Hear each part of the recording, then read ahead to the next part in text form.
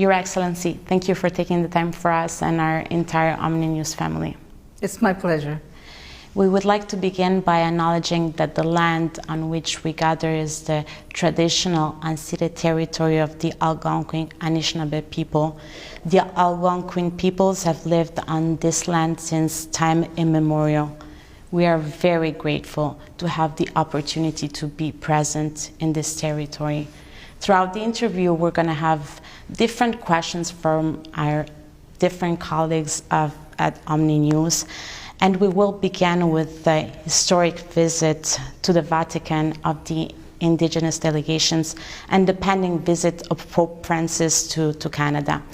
Madam Governor General, Pope Francis delivered this long-awaited public apology regarding Indian residential schools.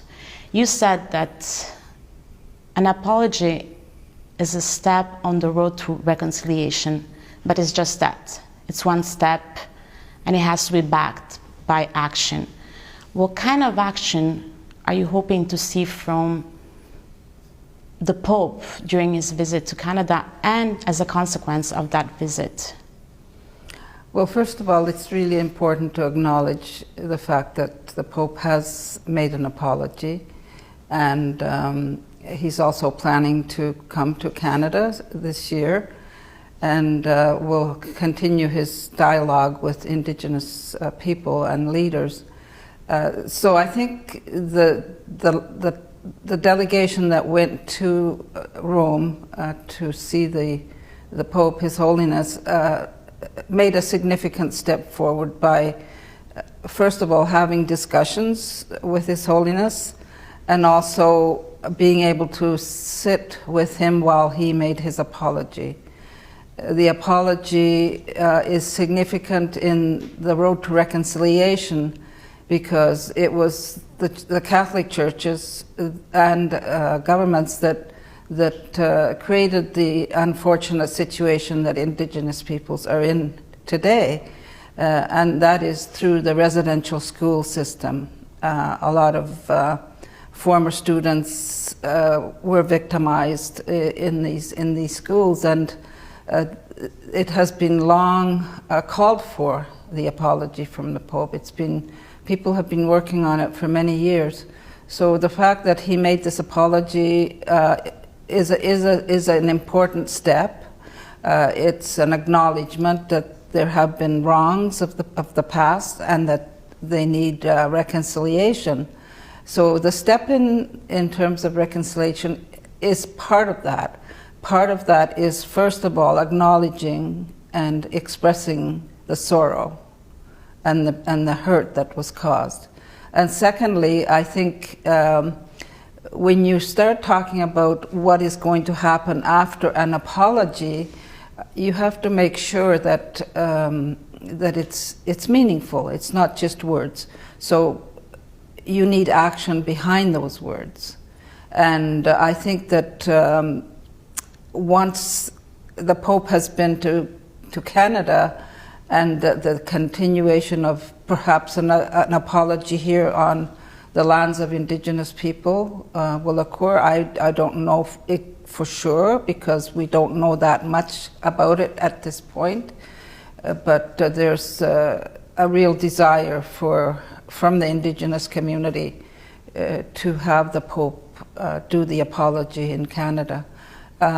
Reconciliation is a way of life, and part of that life that we are leading now is that we're at a cornerstone in the history of the relationship with the churches and the governments, where we want to move forward and get past the pain and the hurt. But first of all, that apology has to take place. Action means working together, learning to respect one another, giving space to Indigenous people on their lands, and also recognizing that Indigenous peoples are the original inhabitants of this country. And then you get into a lot of different things. You can enhance the education system for Inuit and other Indigenous people. You can enhance other services related to Inuit. You can also enhance those relationships with all indigenous peoples, and it's a continuation of work so that the apology doesn't just stand on its own. That's what I mean by when I say that that one of the steps that we have to take now and in the coming years is to work together to reconcile the past and to have a much better relationship amongst different peoples, especially with indigenous people. Would you like to see the Pope delivering an apology on the grounds of unmarked graves? Well, it's not really for me to have any determination in that, but I think what's important is that indigenous people help identify where the Pope is going to make an apology, if and when he does make it. And it'll be really important for the Pope and his people to work with leaders of indigenous communities to determine where the most sacred place is, both in the West, in the East, and in the Arctic. So these are things that people are working on right now. I think it's significant if the Pope were to go to one of the former residential schools where the unmarked graves have been found. For him to go there would be very, very significant. The indigenous delegation went to the Vatican at the heart of their pain, suffering, intergenerational trauma.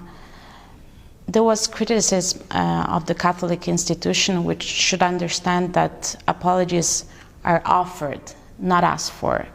Do you think it's a valid criticism and an important one to acknowledge?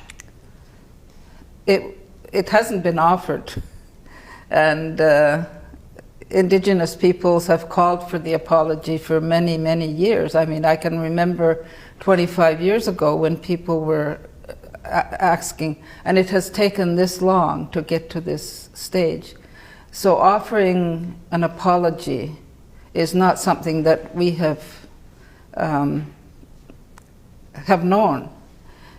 We asked the federal government for an apology, and there was an apology made, and we accepted the apology, and we wanted action behind the apology here in Canada. And also, I think when you look at what's happening now with the Vatican and the progress that is being made towards probably a very significant event in Canada, then the criticism may be there, but it's the result that's important. And that's how Indigenous people see it. Madam Governor General, you have said reconciliation is getting to know one another better. A key recommendation from the Truth and Reconciliation Commission addresses newcomers to Canada. Our next question on this theme comes from our Filipino news producer, Marie Pacheco. The DRC stated that many immigrants are not aware or educated about the complex history of Indigenous peoples. Fair to say there is a lack of understanding on the years of colonization, policies, systemic discrimination, and residential school system. A two-part question. How concerned are you that newcomers may be having negative or damaging stereotypes about Indigenous peoples? And are the new Oath of Citizenship and the yet-to-be-completed New Citizenship Guide for Immigrants important and effective educational tools?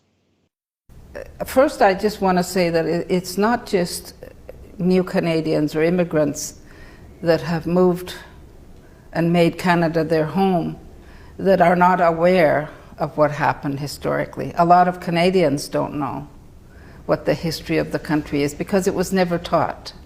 It was never talked about. So education, when it comes to the relationship that Indigenous peoples have with other Canadians, is something we all have to work on. It's not something that just started when immigrants started to come.